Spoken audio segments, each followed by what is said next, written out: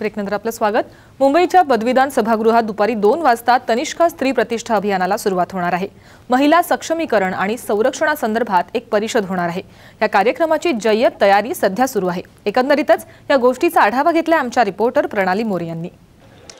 मुंबई विद्यापीठाच्या या पदवीदान सभागृहाने आतापर्यंत अनेक इतिहास पाहिलेले आहेत। आणखीन एक इतिहास हा सभागृह पाहणार आहे ते म्हणजे सकाळ माध्यम समूहाच्या वतीने आणि साम टीव्हीच्या पुढाकाराने तनिष्का स्त्री प्रतिष्ठा अभियानाची मुहूर्तमेढ या सभागृहात इथे रोवली जाणार आहे। तब्बल 650 महिला लोकप्रतिनिधी राज्यभरातील इथे उपस्थित राहणार आहेत, कारण इथे राज्यस्तरीय परिषद महिला प्रतिनिधींची इथे होणार आहे। त्याच निमित्ताने अनेक प्रमुख नेते याच व्यासपीठावरनं महिलांशी संवाद साधणार आहेत।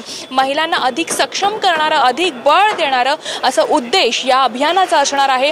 त्याचबरोबर महिलांमधील सक्षमीकरण, त्यांचं संरक्षण करण्यासाठी, त्यांच्यासाठी अनेक विधायक कामं करण्यासाठी ज्या स्वयंसेवी संस्था कामं करतात त्यांना, त्याचबरोबर उद्योजकांनी एकत्र यावं या उद्देशाने हे अभियान राबवलं जाणार आहे। सकाळ माध्यम समूह आणि साम टीव्हीनं आयोजित केलेलं हे स्त्री प्रतिष्ठा अभियानाला यापुढेही मोठा पाठिंबा मिळेल। मोठ्या स्केलवर हे अभियान आपल्याला पाहायला मिळेल। कॅमेरामॅन मिलिंद घागसह प्रणाली मोरे, साम टीव्ही, मुंबई।